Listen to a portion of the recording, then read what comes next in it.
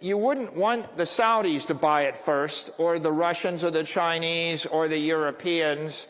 And there's only room for one nation state to buy up 20% of the network. And obviously, I think it should be the United States. I think it will be the United States. It's a way for us to enrich ourselves and emerge as a creditor nation in a matter of a decade. It's also a way for us to ensure that we're the economic leaders in cyberspace and the digital economy for the next 100 years. And if we do that, every one of our allies will follow us, and then all of our enemies will end up having to buy into the network once it passes 10 or 20 million a coin, and they will enrich us. Strategy co-founder and executive chairman Michael Saylor recently delivered a powerful speech at the CPAC Conservative Movement Conference in Washington, D.C. about Bitcoin, economic empowerment, and the need for America to establish a strategic Bitcoin reserve. In his speech, Saylor described Bitcoin as the world's most powerful technological force for conservatism, emphasizing its role in promoting individual sovereignty and financial integrity. He argued that while this perspective may not yet be widely recognized, Bitcoin aligns with conservative principles by resisting centralized control and empowering individuals. Saylor highlighted the vision of Bitcoin's pseudonymous creator, Satoshi Nakamoto, who introduced the concept of sound and sovereign money through modern cryptography, semiconductors, and the Internet. He framed Bitcoin as a tool for individuals to reclaim economic power in the face of government overreach, banking restrictions, and the influence of major technology corporations. For those who feel marginalized or constrained by powerful institutions, Bitcoin provides an advantage, offering a decentralized financial system beyond external control. While speaking before the largest gathering of conservatives in the world, many of whom have been debanked for their religious and political beliefs, Saylor stressed that Bitcoin is the ultimate tool for preserving economic freedom and individual sovereignty. Instead of being stuck in a world where banks have the power to freeze accounts, governments can print excessive amounts of money and debase a currency, and local authorities can impose rent controls or expropriate property. Saylor advocates for moving into cyberspace, which is beyond the reach of any government, corporation, or political entity. He advocates for the United States and its citizens to make this crucial move immediately before it becomes too late, and Bitcoin is trading at millions of dollars per coin. As we bring you clips from Saylor's insightful speech, please take a little time to like this video, subscribe to the channel, and turn on post notifications for more videos like this. Thanks for the support, and enjoy the video. Bitcoin literally represents the conservation of energy in cyberspace. Satoshi implemented a protocol which is inherently conservative. If I send Bitcoin to you, I lose it, you have it. I can't create more. I can't lie about it. The thing that's beautiful about nature is conservation of energy. Conservative is based on natural law. It's based on the idea that if you just make something up which isn't true, you'll be punished. And the Bitcoin network represents that innate integrity and truth.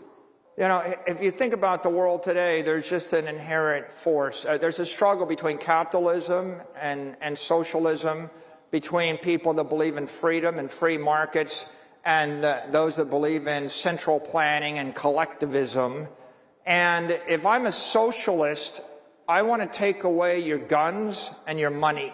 And Bitcoin is money that they can't take away. Like, what freedom do you have if you have all of your money in a bank that can freeze it? What freedom do you have if you have your money embedded in a currency where someone can print 4x more of it without your approval and debase it to zero?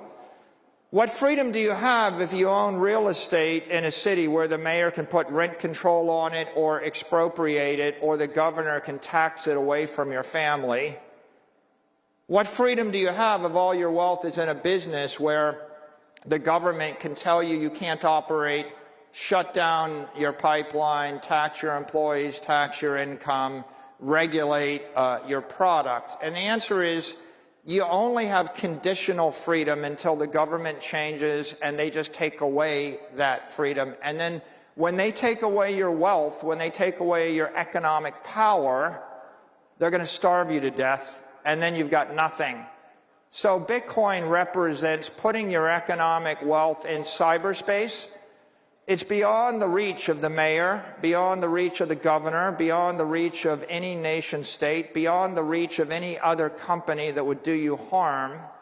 It is the first time in the history of the human race that you can bind economic energy tightly to an individual, to a family, to your company, and you don't have to ask permission to have economic wealth, to have money, and you don't have to live in fear that someone gets up on a morning and just takes it all away from you to power you down. And so if I am conservative, I want a family, I want a company, I want freedom. Well, how are you going to pay for it? And if you live in a country like Venezuela and the currency goes to zero, you're going to be begging for food next week. Wouldn't it be great if I could take the wealth of my family and put it into a network that no one can loot, no one can corrupt, and at the end of the day, I don't want to gamble my future. I don't want to take my life savings and gamble in the stock market. I don't want to take my life savings and gamble that the mayor of the city won't just take my property away from me. I actually just want to own the wealth. I want to own my money. And Bitcoin is a way for you to convert your capital into digital capital that will last 1,000 years. Your country will be, your company, your country, or your family will be wealthy for generations to follow. You don't have to live in fear. And when you don't have to live in fear, when you have economic independence, you can actually stretch your time horizon out, and you can build an institution, you can build your family, you can build a life for yourself. Saylor appreciates President Donald Trump's acceptance of Bitcoin and the cryptocurrency industry, and hails him for his in-depth understanding of the value of scarce, desirable property. That is exactly what Bitcoin means to Saylor: a scarce, desirable property with a fixed, finite supply backed by the world's most powerful network, located in the digital realm and free from the many limitations of the physical world. These limitations include geographical constraints and restricted mobility, especially for assets like real estate and commodities, high maintenance costs, depreciation and degradation risks, and the possibility of government seizure and control. These limitations do not exist with Bitcoin, and Saylor stresses that all categories of investors, from sovereign wealth funds to huge financial institutions and megacorporations, are realizing this. That's why he urges America to start loading up on Bitcoin before it becomes impossible to do so. Here are more clips from the fireside chat. You know, this nation became great because of the Louisiana Purchase. We bought a third of the country from Napoleon for a few $1 million. Then we purchased Texas and California from the Mexicans for a few million more. Then we purchased Alaska from the Russians for a few million more. We didn't even know there'd be $1 trillion of mineral rights underneath Alaska when we purchased it. They called it Seward's Folly. But what I'm describing is manifest destiny. If you want to create a great nation, you have to build it on valuable property. You have to know, where is all the money headed? Where is the future? When we bought California, we didn't know there'd be a Hollywood. We didn't know there'd be a Silicon Valley. No one really considered. In 1867, we didn't have a petroleum industry. And so where is the money headed in the future? The money's headed to cyberspace.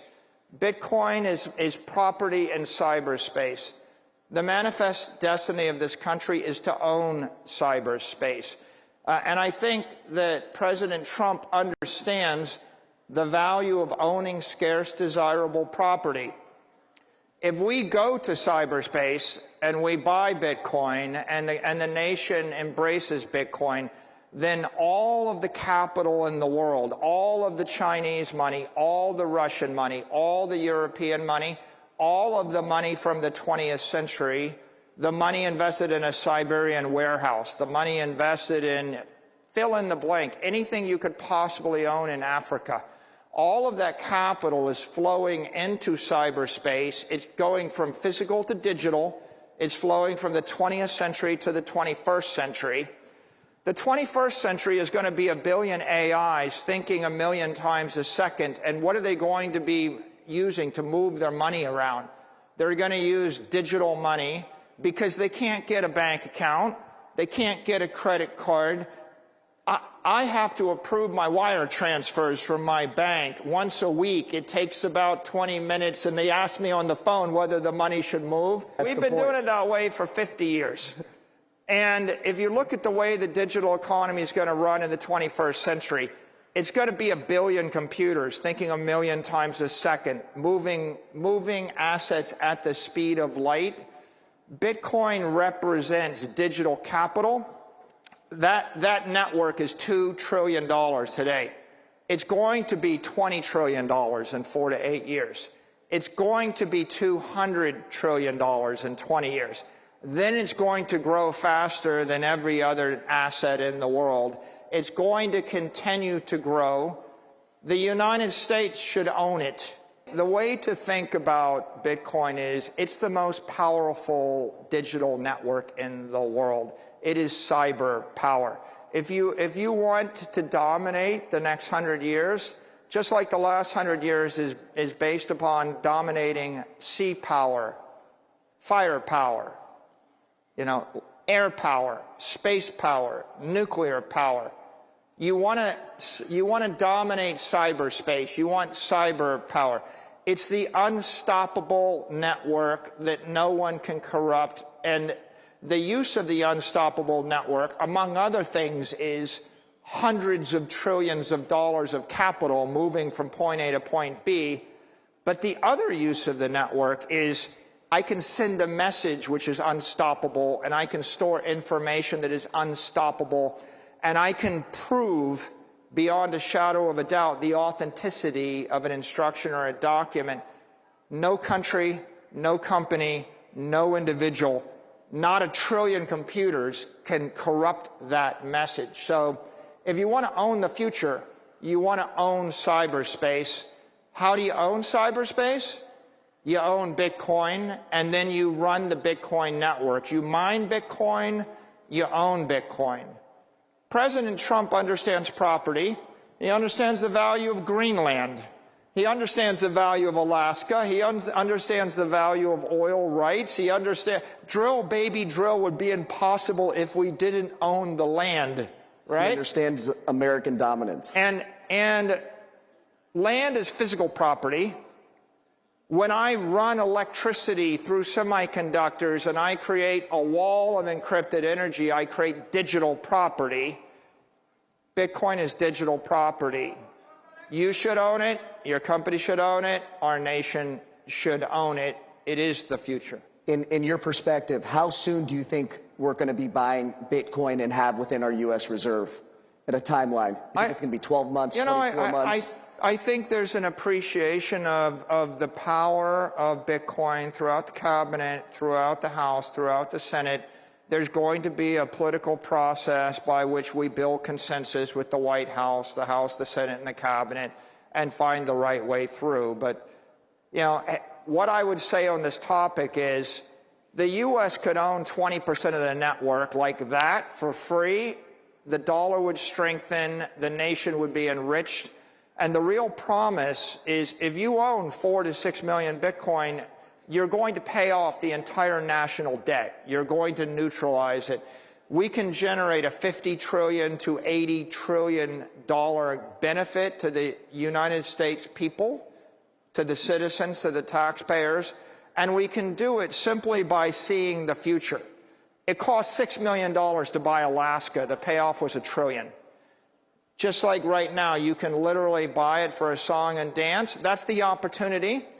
The risk is that you wouldn't want the Saudis to buy it first, or the Russians, or the Chinese, or the Europeans.